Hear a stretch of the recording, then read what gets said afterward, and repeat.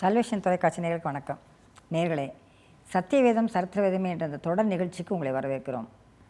முன்னொரு காலத்தில் வேதாகமத்தில் கூறப்பட்டுள்ள நபர்கள், பட்டணங்கள், மற்ற பெயர்கள், பொருட்கள் எல்லாமே வேதாகம பொருட்கள், வேதாகம நாடுகள், வேதாகம நபர்கள் என்று தான் அறியப்பட்டன. ஆனால் இப்போ எல்லாமே மாறிப்போச்சு இல்லையா?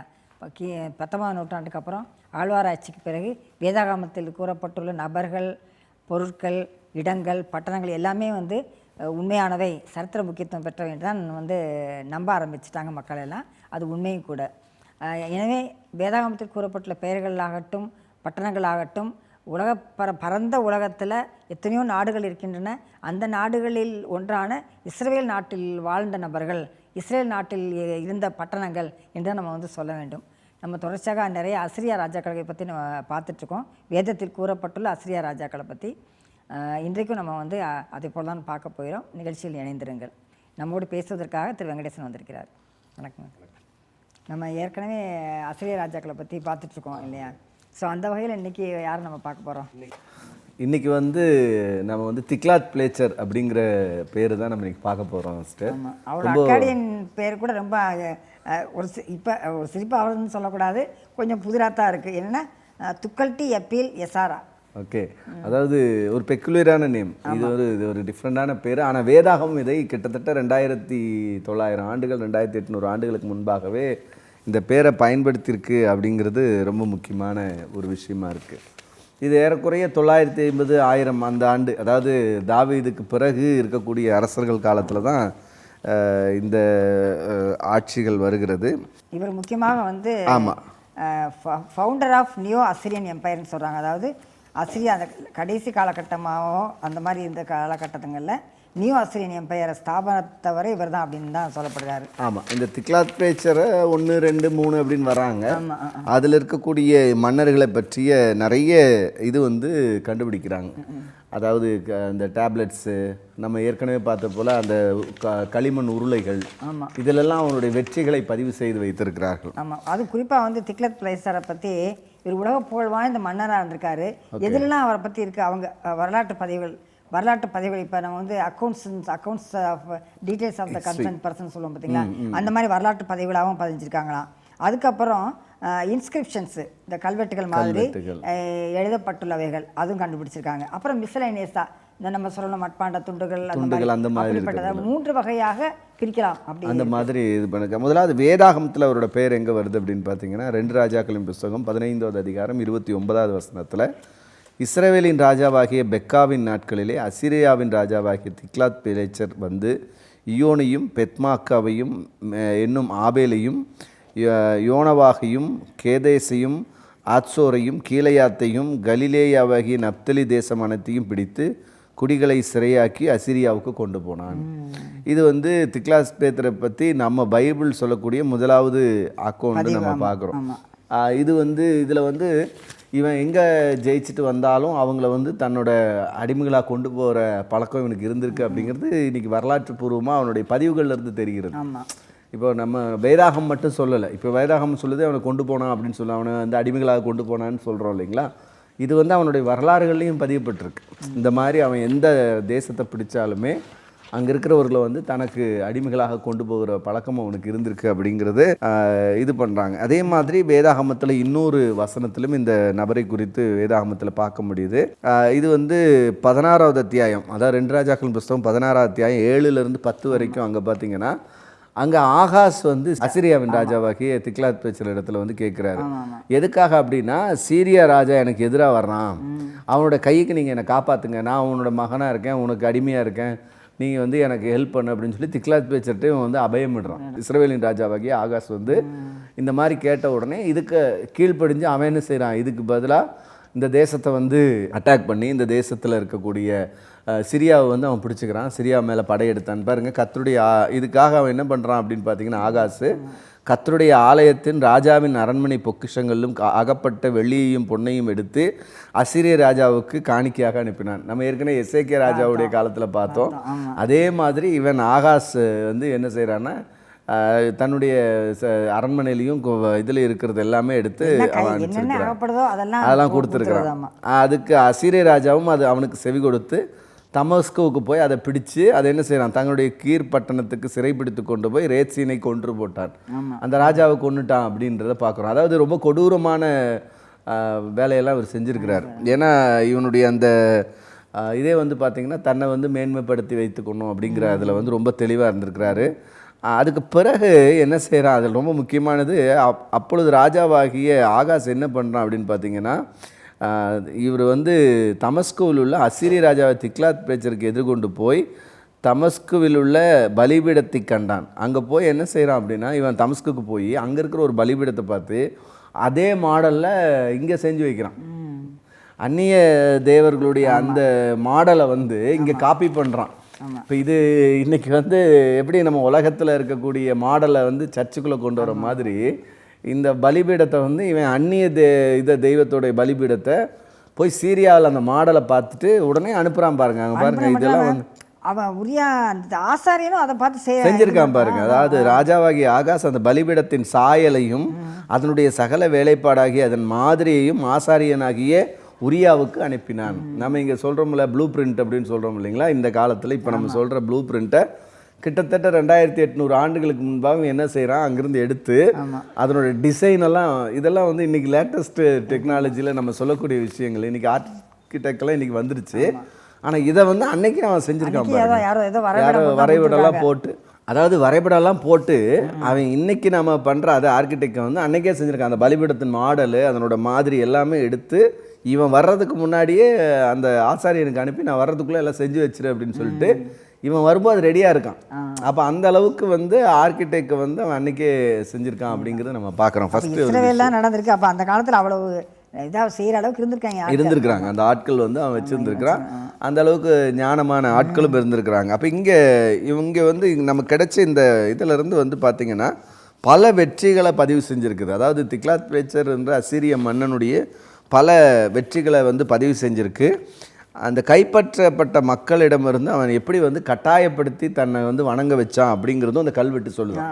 அதெல்லாம் வந்து நமக்கு பைபிளும் சொல்லுது. அவன் பிடிச்சிட்டு போய் அவன் வந்து என்ன செய்கிறான், தன்னுடைய நாட்டுக்கு கொண்டு போகிறான், அவங்கள வந்து தனக்கு அடிமைகளாக வைத்து கொண்டான் அப்படிங்கிறதையும் பார்க்குறோம். அதே மாதிரி இந்த கியூனிஃபார்ம் எழுத்தில் அது எழுதப்பட்டிருக்கு. பிரிசம் அப்படிங்கிற அந்த சொல்கிறாங்க அந்த குடுவை, அதாவது உருளை வந்து களிமண் உருளை பிரிசம் அப்படின்ற பேரில் சொல்கிறாங்க. அந்த மாத்திரை வடிவில் இருக்கும். அந்த மாதிரி கல்வெட்டுகளெல்லாம் அது கண்டுபிடிக்கப்பட்டிருக்கு. இந்த மன்னரை பற்றி வேதாகமும் குறிப்பிடுறது ஒரு பெரிய அற்புதமான ஒரு விஷயம். ஏன்னா வேதாகமும் ஒரு வரலாற்று பதிவு அப்படிங்கிறது இன்றைக்கு வந்து ஒரு அசீரிய மன்னனுடைய வாழ்க்கை. நம்ம ஏற்கனவே பல மன்னர்களை பார்த்தோம். வரலாற்று அரசன் அப்படிங்கிறதும், அதுவும் இல்லாமல் வேதாகமத்தில் ஆகாஷ், பெக்கா, அப்புறம் வந்து பார்த்திங்கன்னா ஹொசேயா, இந்த அரசர்களுடைய காலத்தில் தான் சமகாலத்தில் இந்த திக்லாத் பிலேசர் வந்து சிரியா பேர் இருக்குது. சிரியாவின் தலை இன்னைக்கும் டமாஸ்கஸ் தான். ஆமாம், டமாஸ்கஸ் தான். ஆமாம், அது இருக்குது. அதே இதில் இருக்குது. அதே மாதிரி பல பெரும்பகுதியான பகுதிகளை அவன் கைப்பற்றி வைத்து கொண்டிருக்கிறான் அப்படிங்கிறத இதெல்லாம் வந்து இவனுடைய பதிவுகள். அதாவது அவனுடைய பதிவில் என்னெல்லாம் இருக்குது, பல பகுதிகளை பிடிச்சது, இஸ்ரவேலினுடைய பகுதிகளை அடிமைப்படுத்தி கொண்டது, அதுக்கப்புறம் யார் யாரை வெற்றி பெற்றது, அதுக்கு பிறகு தான் வெற்றி பெற்ற நாட்டினுடைய மக்களை தனக்கு அடிமைகளாக எப்படி கொண்டு வந்துட்டது, இதெல்லாம் அவனுடைய பதிவில் இருக்குது. வேதம் அது அப்படியே சரியாக சொல்லுது. ஆமாம், வேதம் வந்து இந்த திக்லாத் பிலேசர் தன்னை ஜெயிச்ச இடத்துலேருந்து ஜனங்களை வந்து அடிமைகளாக கொண்டு போனான் அப்படிங்கிறத வேதம் பதிவு பண்ணியிருக்குது. திக்லாத் பிலேசர் ஒரு அசீரிய மன்னன் அப்படிங்கிறத வேதம் பதிவு பண்ணியிருக்கிறது. அதுவும் இல்லாமல் நம்ம ஏற்கனவே பார்த்த சனகரிப்பு, சல்மனசார் இவங்களுக்கெல்லாம் முன்னாடியே இந்த அரசன் இருக்கிறார் அப்படிங்கிறதையும் உறுதிப்படுத்துது. அதெல்லாம் நீங்கள் சொன்ன மாதிரி எங்கெங்கே போய் போரிட்டு வெற்றி கொள்கிறான், அந்த ஜனங்களை சிறைப்பிடிக்கிறான்ட்டு சீரியாவிலையும் அப்படி தான் பண்ணியிருக்கான். அதே மாதிரி தான் அவன் பண்ணிட்டு அவனை இந்த ரேத்சீன் அப்படிங்கிற அதனுடைய அரசனை வந்து கொலை செய்திருக்கிறான் அப்படிங்கிறத பார்க்குறோம். அப்போ இதெல்லாம் வந்து இஸ்ரவேலுடைய அரசர்கள், இந்த ஆகாஷ், பெக்கா இவங்களுடைய காலத்தில் தான் இதெல்லாம் நடந்திருக்கு அப்படிங்கிற விஷயத்தையும் வேதாகமம் பதிவு பண்ணியிருக்கிறத பார்க்குறோம். இது ரொம்ப முக்கியமான ஒரு செய்தி. இதை தொடர்ந்து நாம இன்னொரு அரசன், அதாவது இவனுக்கு பின்னாடி திக்லத் பிலேசர் இன்னொரு செய்தி. திக்லத் பிலேசர் வந்து ஒரு பெரிய மிலிட்ரி ராணுவ, அந்த ராணுவத்தில் நிறைய சீர்திருத்தங்கள் பண்ணானா, நிறைய நடவடிக்கைகள் எடுத்திருக்காங்க. ராணுவத்தை பலப்படுத்தணும், அப்போ சீர்திருத்தம் பண்ணணும்னு சொல்லிட்டு அவனுடைய அந்த வெற்றிகள், ராணுவ வெற்றிகள், போரிட்ட வெற்றிகள் எல்லாமே எங்கே இருக்குன்னா அந்த நிம்ரூத்ன்ற இடத்துல. அங்கே வந்து ஒரு பெரிய கோயில், ஒரு பேலஸ் கட்டியிருக்காங்க. கோயில் அதுக்கு பேர் வந்து சென்ட்ரல் பேலஸ்ன்னு போனவங்க அகழ்வாராய்ச்சி பண்ணவங்க அதுக்கு சென்ட்ரல் பேலஸ்ன்னு சொல்லியிருக்காங்க. அதில் வந்து நிறையா இடத்துல அந்த சுவரில் அப்புறம் அந்த டைல்ஸ் மாதிரி அந்த மாதிரி டைல்ஸ் இருந்தால் என்னன்னு தெரியல, அந்த மாதிரி போட்டு இது பண்ணுவாங்கல்ல, அப்படிப்பட்ட அந்த இதுலெல்லாம் அதை எழுதியிருக்காங்களாம்.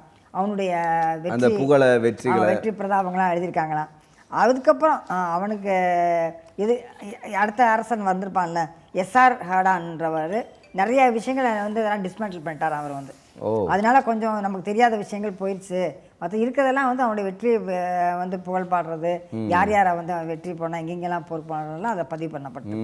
அதுதான். அப்போ அந்த அளவுக்கு வந்து இந்த மன்னனை குறித்த தெளிவான விஷயங்கள் நிறைய நமக்கு கிடைச்சிருக்கு. அதெல்லாமே வந்து நீங்கள் சொன்னது போல் அந்த பெரிய கோயில், அசூரில் இருக்கக்கூடிய அந்த பெரிய கோயில் அப்படிங்கிறத பார்க்குறோம். இதில் வந்து ரொம்ப முக்கியமாக இதுக்கு பிறகு இருக்கக்கூடிய இன்னொரு அரசனை பற்றியும் நாம் வேதாகமத்தில் படிக்கலாம். குறிப்பாக வந்து 2 ராஜாக்கள் 17 1 - 6 வரைக்கும் வந்து நம்ம ஏற்கனவே சல்மனசார் அப்படின்னு ஒருத்தரை பார்த்துருப்போம். அவருக்கு பின்னாடி வந்து சார்கோன் II அப்படிங்கிறவரை தான் நம்ம பார்க்க போகிறோம். அந்த சார்கன் II அப்படிங்கிறவர் ஒரு மிக முக்கிய அரசனாக இருந்திருக்கிறார் இஸ்ரேல் தேசத்தில். நம்ம ஏற்கனவே சொன்னோம், சல்மனசாருடைய காலத்தில் தொடங்கி பின்னாடி முடிச்ச அதை வெற்றி வந்து சார்கோனுடைய பெயரில் எழுதப்பட்டிருக்கு அப்படிங்கிறது. ஆமாம். அப்போ இதுலேயும் வந்து பார்த்திங்கன்னா கல்வெட்டுகள் வந்து இருக்குது. கல் சுவரில் வந்து சுவர் பலகைகளில் எழுதப்பட்டிருக்கு. நடைபாதை அடுக்குகளில் அதை வந்து எழுதியிருந்துருக்குறாங்க. அதே மாதிரி களிமண் உருளைகள், சிலிண்டர்கள், செங்கற்கள், இந்த மாதிரி பல பொருட்களில் வந்து இவங்களுடைய வரலாற்று தரவுகள் வந்து இந்த சார்கோனுடைய வரலாற்று தரவுகள் எழுதப்பட்டிருக்கிறது அப்படிங்கிற இது சொல்லப்படுது. சார்கோனும் ஒரு மிக முக்கியமான மனிதனாக இருந்திருக்கார். இவரை வந்து அதிகமாக வரலாற்றில் உண்மையுள்ள ராஜா அப்படிங்கிற பெயரில் வந்து ட்ரூத்ஃபுல் கிங் அப்படின்னு சொல்லி இவரை வந்து பதிவு பண்ணியிருக்கிறாங்க. ஆனால் அதே நேரத்தில் எதிரிகளை வந்து கொடூரமாக தண்டிக்கிறதுல ஒரு மிக முக்கியமான ஆளாக இருந்திருக்கிறார் சார்கோன். அதாவது தலையை வெட்டுறது, தோலை உரிச்சிடுறது, அப்படி பயமுறுத்தி, அதாவது கொடூரமான தண்டனைகள் மூலம் பயமுறுத்தி தன்னை வந்து ஒரு மிகப்பெரிய பயம் வந்துடும்ல, அந்த மாதிரி இவர் வந்து செயல்பட்டிருக்கிறார் அப்படிங்கிறத வேதம் நமக்கு இதுலன்னு சொல்லுது. ஆனால் பைபிளில் வந்து இவரோட பேர் வந்து வேதாகமத்தில் ஒரு இடத்துல தான் இருக்கு இல்லைங்களா? ஒரே ஒரு இடத்துல தான் சார்கோன் பேர் வருதுன்னு சொல்லியிருக்காங்க. ஏசாயா வருது, தீர்க்கதரிசி புஸ்தகத்தில் வந்து வந்திருக்கு. எப்படின்னா, தர்தான் அசிரியா ராஜாவாகிய சர்கோனாலே அனுப்பப்பட்டு அஸ்தோத்துக்கு வந்து அஸ்தோத்தின் மேல் யுத்தம் பண்ணி அதை பிடித்த வருஷம்ட்டு ஒரு குறிப்பிட்டிருக்கு. அப்போ ஒரு இடத்துல சார்கோனுடைய பெயர் வேதாகமம் குறிப்பிடுகிறது. ஆனால் அந்த சார்கோன் மிக முக்கியமான வரலாற்று நபர் அப்படிங்கிறத இங்கே வேதாகமத்துக்கு வெளியே இது பதிவு பண்ணப்படுகிறது. சார்கோன் பார்த்தீங்கன்னா அவருடைய அக்கடியன் நேம் என்ன அப்படின்னா சாருக்கினு அப்படின்னு வச்சுருந்தாரு. சாருக்கின் யார் அப்படின்னா, அவர் தான் வந்து இப்போ எத்தனையோ 16 நூற்றாண்டுகளுக்கு முன்பாக முதலாவது செமிட்டிக் ராஜ்யத்தை வந்து ஸ்தாபனம் பண்ணுறது காரணமாக இருந்தவர் போட்டிருக்காரு. அப்புறம் இவர் வந்து இந்த சார்கோன் வந்து நிறைய தன்னை அவருடைய வரலாற்று பதிவுகளும் தன்னை பற்றி அவர் எழுதுகிறப்ப தான் யாருடைய பிள்ளை யார் அந்த மாதிரிலாம் எழுதிக்கிற மாட்டாராம். தான் வந்து ஏதோ ஒரு புதிய மனிதன் மாதிரி அந்த மாதிரி காமிக்கிற பழக்கம் உண்டாம் அவருக்கு வந்து. அதனால இவர் வந்து யாருடைய மகன் அப்படின்றது சரியா இன்னும் ஒரு திக்லத் பிளேசாரோட மகனாக கூட இருக்கலாம் அப்படின்ற மாதிரி தான் சொல்கிறாங்க. அதான் ட்ரூத்ஃபுல் கிங் அப்படின்றோம், சல்மனசாரோட பிள்ளையா இருக்கலாம் அப்படின்றதும் ஒரு பதிவு இருக்கு. ஆமாம். அதனால் நீங்கள் சொன்னது மாதிரி சார்கோனுக்கு தான் பேர் போயிருக்குது. சமாரியா பிடிக்கப்பட்டது இந்த சார்கோனுடைய காலத்தில் முற்று பெற்றிருக்கு. சல்மனசார் தொடங்கி இருந்தாலும் பிற்காலத்தில் இவரோட இதில் தான் வந்து அது வெற்றியாக பதிவு செய்யப்படுது. ஆனால் வேதாகமும் அதை வந்து சல்மனசார் பேரில் தான் எழுதியிருக்கு அப்படிங்கிறது நம்ம பார்க்க. ஏன்னா தொடங்கினது அவர் தான் அப்படிங்கிறதுனால.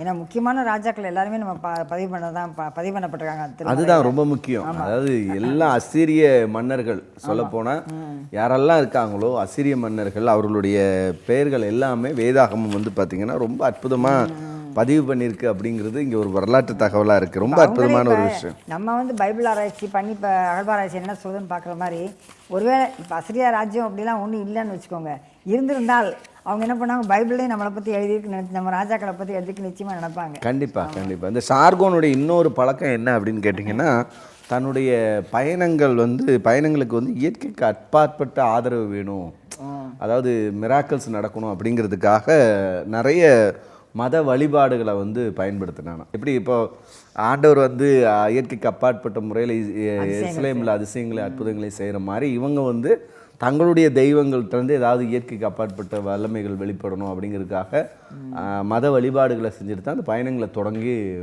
முன்னெடுப்பாங்க அப்படின்னு சொல்லி அதையும் வந்து அந்த வரலாற்று பதிவுகளில் இருக்கக்கூடிய ஒரு விஷயமா இருக்குது.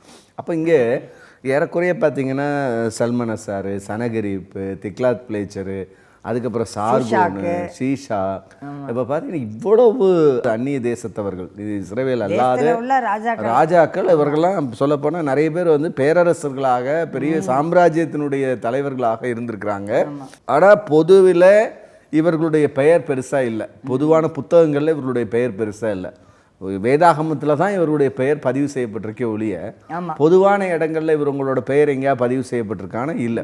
ஆனால் இதெல்லாம் இப்போ எங்கே கிடைக்குது அப்படின்னு பார்த்தீங்கன்னா, இப்போ தொல்பொருள் ஆராய்ச்சி மூலமாகத்தான் இவங்களுடைய பேரெல்லாம், ஆமாம் இவங்கெல்லாம் ஒரு உண்மையான அரசர்கள் தான், இவ்வளோ பெரிய அரசர்கள் இருந்திருக்காங்க, அதெல்லாம் வந்து எங்கேருந்து கிடைக்குது?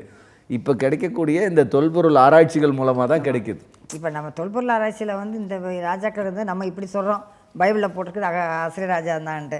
ஆனால் இப்போ அசிரியா ராஜ்யமோ பாபிலோனிய ராஜ்யமோ மேதிய ராஜ்யமோ இல்லை அதெல்லாம் கிடையாது இப்போ. ஆனால் இஸ்ரேல் மக்கள் அந்த அசிரியர்களால் சிறைப்பிடிக்கப்பட்ட மக்கள், அவங்க ஒரு காலத்தில் பாபிலோனியனால் சிறைப்பிடிக்கப்பட்ட மக்கள் ஒரு காலத்தில், அப்படி அவங்களால தான் அந்த சாம்ராஜ்யமே அழிஞ்சு போச்சு. ஆனால் அந்த மக்கள் இன்னைக்கு இருக்காங்க. ஆமாம், அது ஒரு ஆச்சரியமான ஒரு விஷயம் தானே. ஏன்னா தேவனை எப்படி தன்னுடைய பிள்ளைகளை பாதுகாக்கிறாரு அப்படிங்கிறதுக்கு இது ஒரு பெரிய ஆதாரமாக இருக்குது. அதாவது பாபிலோனியர்களாகட்டும், அசீரியர்களாகட்டும், அதுக்கு பிறகு வந்து பல சாம்ராஜ்யங்கள் இன்னைக்கு இல்லை, பல சாம்ராஜ்ய மக்கள் இன்னைக்கு இல்லை. ஆனால் ஒரு சாதாரணமான ஒரு சின்ன கூட்டம் உலகத்தில், அவர்கள் மிக சிறுபான்மையினர்னு சொல்லப்பட்டாலும் கூட எளியவன் என்றைக்கும் மறக்கப்படுவதில்லை, சிறுமைப்பட்டவர்களுடைய நம்பிக்கை கெட்டு போவதில்லைன்னு சொல்லி ஆண்டவர் சொல்வது போல, பயப்படாதே சிறுமந்தையே அப்படின்னு சொல்றாரு. இஸ்ரேல் ஜனங்களை பொறுத்த வரைக்கும் தாவீது, சாலமோன் தான் பெரிய ராஜாக்களாக புகழ் பெற்றிருந்தாங்க. ஓரளவுக்கு அவங்களாம் அந்த காலத்தில் உலக புகழ் பெற்று வழங்கியிருந்திருப்பாங்க நிச்சயமா. ஆனால் அவங்கள விட நேபுகாத்நேச்சார்லாம் உலக அதிசயங்களை ஒன்று படைச்சிருக்காரு. இன்னும் பெரிய பெரிய இந்த தில்கத் பிளேஷார் எல்லாம் இருக்காங்க. ஆனால் அவங்க பேரை சொல்கிறதுக்கு வழியாக சொல்கிறதுக்கோ வைக்கிறதுக்கோ யாருமே இல்லை. இப்போ ஒரு ஈக்காக்க கிடையாது. ஆனால் இன்னைக்கு வரைக்கும் தாவீதோட பேரையோ சாலமன் பேரையோ சொல்கிறதுக்கு மட்டுமில்லாமல் அந்த வரலாறு, அந்த புத்தகம் எழுதப்பட்ட நம்ம அந்த திருமறை வந்து அந்த காலத்துல இந்த காலத்து வரைக்கும் அதே அச்சு பெறலாமல் அதே எழுத்துக்கள் வார்த்தைகள் இருக்குது இன்னைக்கு. இல்லை, அது ஆண்டுடைய அற்புதம் தான் நம்ம சொல்ல முடியாது. நீங்கள் சொன்னது போல் ஒரு சின்ன கூட்டம் தான், ஆனால் தேவன் அவர்களை பாதுகாத்து நடத்தி வருகிறார் அப்படிங்கிறது இங்கே ரொம்ப முக்கியமான ஒரு செய்தி. அது நம்ம அவர் ஆச்சரியப்படக்கூடிய செய்தியும் தான் அது. ஏன்னா கர்த்தர் தம்முடைய மக்களை எப்படி பாதுகாக்கணுமோ அப்படி எத்தனையோ இன்னைக்கு வரலாற்றில் பார்க்குறோம். ஹிட்லரை விட ஒரு பெரிய கொடுங்கோலன் வந்து இருக்க முடியாது. 60 லட்சம் யூதர்களை கொன்று குவிச்சிருக்கிறான். யூதர்களை இல்லாமல் ஆக்கணும்னு நினச்ச இடத்துல இருந்து தேவன் அவர்களை பாதுகாத்து இன்றைக்கு இஸ்ரவேல் என்கிற ஒரு நாட்டையே உருவாக்கியிருக்காரு அப்படின்னு சொல்கிறது வந்து ஒரு ஆச்சரியமான ஒரு விஷயந்தான். இது கடவுளுடைய வார்த்தை ஒவ்வொன்றும் அப்படியே நிறைவேறி கொண்டிருக்கிறது அப்படிங்கிறதுக்கான ஒரு அடையாளமாகவும் இது இருக்குது. நம்ம பலிபீடத்தை பற்றி ஏற்கனவே போன நிகழ்ச்சியிலையும் கூட பார்த்தோம். இந்த நிகழ்ச்சியிலையும் வந்து பார்த்தீங்கன்னா அந்த ராஜா என்ன பண்ணுறான், ஆகாஷ் வந்து பலிபீடத்து மாடலை செஞ்சு அதே மாதிரி கொண்டு வந்து வச்சு வணங்கிட்டு இருக்காங்க வேறு தெய்வத்தை வச்சு. அதுக்கு ஒரு வரலாற்றில் வந்து ஒன்று கண்டுபிடிச்சிருக்காங்க பார்த்தீங்கன்னா. அதாவது இதுக்கு பேர் என்னென்னா பேர்ஷெபா ஹாண்ட் ஆல்டர். அதாவது பேர்ஷெபாவில் கண்டுபிடிக்கப்பட்ட கொம்பு உள்ள ஒரு பலிபீடம் வந்து இது வந்து என்ன அப்படின்னு சொல்கிறாங்க அப்படின்னா, அந்த காலத்தில் ஏன்ஷியன்ட் இஸ்ரேல்னு சொல்கிறப்ப தான் முதல் பேர்சபா வரை இருந்தது இல்லையா. அப்போ அங்கே வந்து ஒரு பலிபீடத்தை, இந்த பலிபீடம்னு சொல்கிறப்ப வந்து கொம்பு உள்ள பலிபீடம் நம்ம இதுலேயும் ஆண்டவர் ப்ரெஸ்கிரைப் பண்ணியிருக்கிறாரு இல்லையா. பலிபீடத்தின் கொம்புகளை ஒரு ராஜாவோட பிடிச்சிட்டுவாங்க அந்த மாதிரிலாம். ஆனால் இதில் என்ன ஒரு முக்கியமான விஷயம் சொல்கிறாங்க அப்படின்னா, அந்த ஆல்டர் எப்படி இருக்குன்னா, அதில் வந்து ஒரு பாம்புனோட தலை இருக்குது. அது மேலே உள்ள அந்த ஸ்லாப் மாதிரி இருக்கணும், அந்த மேலே உள்ளதில் வந்து நல்லா கறிப்பிடிச்சு போயிருக்கான், பலிட்டு இருக்காங்க. அப்படின்னா அப்போ வந்து வேற பலிட்டு இருக்காங்க. அப்போ இது நிச்சயமாக அது வந்து தேவனால் சொல்லப்பட்ட அந்த பலிபிடமும் இல்லை, தேவனுக்கு பலியிட்ட பலிபிடமும் இல்லை. அந்த பெயர்சபாவில் கண்டுபிடிக்கப்பட்ட பலிபிடம். அதுக்கு வந்து பார்த்தீங்கன்னா, அதுக்கு நம்ம பைபிளில் ஆண்டவர் அடிக்கடி சொல்கிறாருல்ல, ஆமோஸ் 8வது அதிகாரம் 14வது வசனம் சொல்லுது, தானே உன் தேவனுடைய ஜீவனை கொண்டும் பெயர்சபா மார்க்கத்தின் தேவனுடைய ஜீவனை கொண்டும் என்று சொல்லி சமாரியாவின் தோஷத்தையுமே ஆணையிடர்கள் விழுவார்கள், இனி ஒருபோதும் எழுந்திருக்க மாட்டார்கள். அப்போ இதில் பெயர்சபா மார்க்கத்தின் தேவனுடைய, அப்போ ஏதோ ஒரு பெயர்சபாவில் ஒரு தப்பான ஒரு மார்க்கம் இருந்திருக்கு, தேவனுக்கு விரோதமான ஒரு வழிபாட்டு முறைகள் இருந்திருக்கு அப்படிங்கிறது நமக்கு நல்லா புரிஞ்சுக்க முடியும். இப்போ அந்த பலிபீடம் மாதிரி ஒன்று கண்டுபிடிச்சிருக்காங்க, அதுக்கு பேரே பெயர்சபா ஹாண்ட் ஆல்டர்னேட் ஆங்கிலத்தில் சொல்லப்பட்டிருக்குது. அது அப்போ இந்த மக்கள் வந்து அப்போ இந்த வழிபாடுங்கிறது இப்போ மோசேனுடைய இந்த வெங்கல சர்பத்தை வணங்குனது போல இதையும் வந்து இப்படிப்பட்ட பேகன் ஒர்ஷிப்பாமா. அது பேசபா வந்து ஒரு பேகன் ஒர்ஷிப்புக்கு இடமா இருந்திருக்கு. அந்நிய தெய்வங்களை வழிபடுறதுக்கு இவங்களா உருவாக்கிக்கிட்டு வைக்கிறது இருந்திருக்குது. இல்லாட்டி அந்த ஆகாஷ் ராஜாவே இப்போ நம்ம பார்த்த மாதிரி தமஸ்குல இருந்து உடனே போயிட்டு அந்த ராஜாவை வந்து இது சந்தோஷப்படுத்தணும், அவன் சொல்ற அவனை வந்து அவனுக்கு வந்து ஒரு பெருமைப்படுத்தணுங்கிறதுக்காக அந்த மாடலை கொண்டு வந்து இங்கே பலிபீடம் செஞ்சு அதுக்கு ஒரு ஆசாரியன் வேலை செஞ்சு. ஐயோ, இதெல்லாம் வந்து இன்னைக்கு உலகம் வந்து எப்படி இன்னைக்கு திரு சபைகளை வந்து எப்படி பிசாசு வஞ்சிக்கிறான் அப்படிங்கிறது அன்றைக்கு இஸ்ரவேலர்களை வஞ்சித்ததை பார்த்தா நமக்கு தெரிஞ்சுக்க முடியும். இது ஒரு விஷயம் சொந்த வாழ்க்கையில் நடந்தது ஞாபகம் வருது. நீங்கள் பலிபீடத்தை பண்ணி இப்படி பண்ணியிருக்காங்க மற்றவங்க. என்னுடைய ரொம்ப நெருங்கின உறவினர் வந்து இறந்துட்டாங்க. அப்போ வந்து இந்த செய்முறையெல்லாம் செய்கிறதுல வந்து அவங்க வந்து விடோவாக இருக்கனால அவங்களுக்கு தங்கச்சி முறை நான் வேணும் அந்த அவங்களுக்கு இறந்து போனோட மனைவிக்கு. அப்போ அந்த ஏதோ தண்ணி எடுத்துகிட்டு வராங்க அந்த இதிலேருந்து, அதை வாங்கி கொண்டு போய் கொடுக்குறது வந்து என்னுடைய கடமை. அது வந்து எல்லாம் ஒட்டுமொத்த கூட்டம் எல்லோரும் இருக்காங்க, சொந்தக்காரங்க எல்லாம் வந்துருக்காங்க. முதல்ல எனக்கு நான் முட்டியே முடியும், பக்கத்தில் வந்தப்போ முட்டியே முடியும். எனக்கே வந்து நம்ம என்ன செய்கிறோன்னே தெரியல. ஆனாலும் கூட அவ்வளோ பிளண்ட்டாக நான் அடிச்சுட்டேன். நான் வந்து வாங்கவே முடியாது அப்படின்னு சொல்லி அது ஒரு பெரிய சர்ச்சைக்குள்ளே தான் ஆச்சு. நல்லவேளை என் கணவர் ஒன்றுமே செய்யவில்லை. ஏன்னா கணவருடைய உறவினர்கள் தான் வச்சுக்கோங்களேன். அதுக்கு வந்து ஒரு வைராக்கியம் தேவையாக இருக்குது. வந்து பார்த்தீங்கன்னா வைராக்கியம் தேவையான அதனால சில இழப்புகள் எனக்கு வந்தது. அதெல்லாம் வந்து இது ஈடு செய்ய முடியாத இழப்பு கூட எனக்கு வரத்தான் செஞ்சது. அது ஆனாலும் அந்த வைராக்கியம் கடவுள் வந்து எனக்கு கொடுத்துருந்தாரு. கண்டிப்பாக. அதாவது இன்னைக்கு வந்து உலகத்துக்கு ஒத்த வேஷம் தரிச்சுக்கிட்டு உலகத்தை வந்து அப்படியே உள்ளே கொண்டு வந்து சபைக்குள்ளே கொண்டு வந்து நம்முடைய கிறிஸ்தவ வாழ்க்கைக்குள்ளே கொண்டு வந்து நம்ம அப்படி போனால் தான் வந்து கரெக்டாக இருக்கும் அப்படின்னு சொல்லிட்டு அப்படி, அதாவது சில நேரங்களில் நம்ம கலாச்சார முறைகளில் இருக்கக்கூடிய நல்ல விஷயங்கள் இருக்கும். இப்போ உதாரணத்துக்கு நம்ம எடுத்துக்கலாமே, இந்த தமிழ் கலாச்சாரத்தில் பொங்கலை பார்க்குறோம். பொங்கல் அப்படிங்கிறது வந்து அது ஒரு இங்கே நம்ம தமிழர்கள் வந்து அது சூரியனுக்கு படைத்து சூரியனை ஆராதித்தாலுமே வேதாகமும் அதற்கும் முன்பாகவே, அதாவது கிட்டத்தட்ட 3500 ஆண்டுகளுக்கு முன்பாக மோசே மூலமாக ஆண்டவர் சொல்கிறார், உன்னுடைய அறுவடை நாட்களில் அறுவடை முடிஞ்சு நீ அதை தேவனுக்கு முன்பாக உன்னுடைய அறுவடைகளை வச்சு நீ என்ன பண்ணு, ஆண்டவருக்கு அறுவடை பண்டிகை நீ கொண்டாடு அப்படின்னு சொல்லி ஆண்டவர் சொல்லியிருக்கிறார். ஏறக்குறை 3500 ஆண்டுகளுக்கு முன்பாகவே இந்த பண்டிகைகள் வேதாகம அடிப்படையில் கொண்டாடப்பட்டிருக்கிறது. இன்னும் சொல்லப்போனால் நமக்கு வேதாகமத்தில் முதல் மனிதனாகிய ஆதாமுடைய பிள்ளைகள் 2 பேரில் அவங்களும் பார்த்திங்கன்னா தங்களுடைய அறுப்புகளை கொண்டு வந்து காயின் வந்து கடவுளுடைய சமூகத்தில் வைத்தான் அப்படிங்கிறத நம்ம பார்க்குறோம். ஆனால் அவன் வைக்கும் போது அந்த முதல் அறுப்பை வைக்காம அவன் ஏனோ தானோன்னு தன்னுடைய அறுப்பை கொண்டு வந்து பண்ணான். அதனால தான் ஆண்டவர் குறிப்பிட்டு சொல்லும் போது உன்னுடைய முதல் அறுவடையை நீ கடவுளுடைய சமூகத்துக்கு கொண்டு வா அப்படின்னு சொல்லுவார். அந்த மாதிரி எதுவுமே கடவுளுக்கு நன்றி செலுத்தக்கூடிய ஒன்றாக இருக்கிறது. அப்போது கலாச்சாரத்தோடு இருக்கக்கூடிய இங்கே நம்ம தமிழ் கலாச்சாரத்தில் கடவுளுக்கு நன்றி சொல்லக்கூடிய அந்த பொங்கல், அது ஒருவேளை சூரியனுக்கு நன்றி சொல்லணும்னா சூரியனை கொடுத்த கடவுளுக்கு தான் நன்றி சொல்லணும் இல்லைங்களா? அதுதான், இப்போ ஒரு மாட்டுக்கு நன்றி சொல்லணும்னா மாட்டையே கொடுத்த கடவுளுக்கு தான் நன்றி சொல்லணும். அப்போ அந்த அடிப்படையில் தான் நாம் வந்து அதை புரிந்து கொள்ளணுமே ஒழிய அது வந்து ஒரு நம்முடைய கலாச்சார பண்டிகைகள், அதை வந்து நாம் சரியான முறைகளை நாம் சொல்லிக் கொடுக்கலாம், இல்லது நாம் அதை சரியாக செய்தால் கூட தவறு கிடையாது. ஆனால் நம்ம கொஞ்ச நாள் இந்த பொங்கலை ஒட்டி பார்த்திங்கன்னா நிறைய கிரிட்டிசிசம் போயிட்டே இருக்குது, கொண்டாடலாமா கொண்டாடக்கூடாதுனால தேவையில்லைன்னு. இல்லை, அதுதான் இந்த மாதிரி இருக்கக்கூடிய விஷயங்களுக்கு நம்ம ஆர்கியூ பண்ணுறதை விட பண்ணும்போது இருக்கக்கூடிய பிரச்சனையை விட இந்த மாதிரி சடங்காச்சாரங்கள், மற்ற தேவதைகளுடைய சடங்காச்சாரங்கள், மற்ற காரியங்களை வந்து நாம் கிறிஸ்தவ சபைகளுக்குள்ளே பூத்துறதும் இல்லை நம்ம வாழ்க்கையில் நீங்கள் சொன்னது போல் வாழ்க்கை முறைகளுக்குள்ளே வந்து சடங்காச்சாரங்களுக்குள்ளே போகிறதும் வந்து நம்மளை வந்து கடவுளை விட்டு தூரப்படுத்திடும் அப்படிங்கிறது நம்ம பார்க்குறோம். அப்போ அப்படிப்பட்ட பலிபீடங்கள் நமக்கு ஒருபோதும் ஆகாது. தேவனுக்கு விரோதமாக தேவன் விரும்பாத எந்த பலிபீடமும் நாம் ஒருபோதும் நம்முடைய வாழ்க்கையில் வைத்துக்கொள்ளக்கூடாது அப்படிங்கிறத இந்த ஆகாசனுடைய வாழ்க்கையிலேருந்து நம்ம பார்க்க முடியும். ஏன்னா ஆகாஷ் ஒரு அந்நிய தெய்வத்தினுடைய பலிபீட மாடலை எடுத்துகிட்டு வந்து கர்த்தருடைய பலிபீடத்துக்கு பக்கத்தில் வச்சு அதை வந்து பலி கொடுக்கறதுக்கு பயன்படுத்துகிறான் அப்படிங்கிறத நம்ம பார்க்குறோம். அது ஒருபோதும் கடவுள் விரும்புகிறது இல்லை அப்படிங்கிறத நம்ம புரிந்து கொள்ள வேண்டும். அதனால் எப்போவுமே வந்து எதை நம்ம எடுத்துக்கொள்கிறோம், என்ன நோக்கத்துக்காக எடுத்துக்கொள்கிறோம் அப்படிங்கிற 2 விஷயம் இருக்குது. நோக்கமும் இங்கே ரொம்ப முக்கியமானது. நாம் வந்து நம்முடைய கலாச்சாரங்களை கூட சரியாக பின்பற்றணும் போதும் கடவுளை ஒருபோதும் வந்து அது கடவுளோட கம்பேர் பண்ணக்கூடிய ஒரு இடத்துல எதுவும் வந்துடக்கூடாது. கடவுளுடைய அந்த ஆராதனைகளுக்கு விரோதமான ஒரு விஷயமும் அது வந்துடக்கூடாது அப்படிங்கிறது நம்ம ஜாக்கிரதையாக இருக்கணும் அப்படிங்கிறத புரிஞ்சுக்கலாம். நேர்களே, ஒவ்வொரு நிகழ்ச்சியும் நம்ம வந்து கூடுதலாகவே சில விவரங்களை, சில சத்தியத்தை நம்ம கற்றுக்கொள்கிறோம் இல்லையா? தொல்பொருட்கள் கண்டுபிடிக்கப்பட்டு வேற வரலாற்று நபர்கள் எப்படி ஒரு சரித்திர புத்தகமாக நமது வேதம் விளங்குகிறது என்று கற்றுக்கொள்ளும் பொழுது அதை நம்ம பிறருக்கு எடுத்து சொல்லும்போது கூட அதுலேருந்து நம்ம சில இதை கற்றுக்கொள்கிறோம் இல்லையா. உதாரணமாக ஆண்டவர் சொன்னதுக்கு மாறாக எப்படி ஆண்டவர் வந்து இஸ்ரேல் புத்திரருக்கு பலிபீடம்னா இப்படி தான் கட்டணும், இதில் தான் எனக்கு பலியிடம்னு சொல்லியிருக்கிறாரு. ஆனால் தமஸ்குவுக்கு போய் அங்கே உள்ள பலிபீடத்தை பார்த்து அதுக்கு ஒரு மாடலை ரெடி பண்ணி கொண்டு வந்து ஆகாஷ் ராஜா கட்டினா அப்படின்னு பார்க்குறோம். அது தேவனுக்கு விரோதமானது. தேவன் அதை வந்து விரும்பவே மாட்டார் இல்லையா.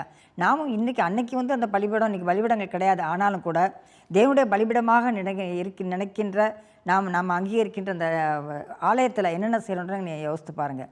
சென்ற நிகழ்ச்சியும் நாங்கள் இதை தான் பேசுவோம். இந்த நிகழ்ச்சியும் நம்ம வலியுறுத்த விரும்புகிறோம். என்னவென்றால் ஆண்டவருக்கு பிடிக்காத ஆண்டவரால் செய்யக்கூடாது என்று சொல்லப்பட்டிருக்கிறவை அது கலாச்சாரமாக இருந்தாலும் சரி, நமக்கு வேண்டியவங்க நமக்கு சொல்ல சொன்னாலும் சரி, நமக்கு ரொம்ப பிடிக்கிற நம்ம மனதை மயக்குகிற விஷயங்களாக இருந்தாலும் சரி, அது அறவே பண்ணக்கூடாது. தேவனுடைய ஆலயத்தில் எவ்வளவு பரிசுத்த அலங்காரத்துடனே பரிசுத்தத்தோடு நம்ம வந்து வரணும் என்பதை நம்ம மறக்கவே கூடாது. வேதாகமத்தில் உள்ள வேதாகம நபர்கள் கூட எல்லாமே வந்து அவன் முதல் பக்கத்துலேருந்து கடைசி பக்கத்து வரைக்கும் ஆண்டவர் என்ன எனக்கு பரிசுத்த ஜனம், நீங்கள் பரிசுத்தமாக இருக்கணுன்றது தான் ஆண்டவர் வந்து விரும்புகிற. நம்ம குளித்து நல்ல உடை உடுத்திட்டு போகிறது மட்டும் பரிசுத்தம் கிடையாது இல்லையா. ஆண்டவர் சொல்லியபடி வாழ்வது தான் பரிசுத்தம். அவரது நாமத்தை வந்து நவீனப்படுத்தவே கூடாது என்பதை நம்ம அந்த நிகழ்ச்சியை நம்ம கற்றுக்கொள்கிறோம். நீங்கள் தொடர்ந்து எங்கள் சத்திய வேதம் சரித்திர வேதமே என்ற நிகழ்ச்சியை பாருங்கள். எங்களோடு இணைந்திருங்கள். நன்றி, வணக்கம்.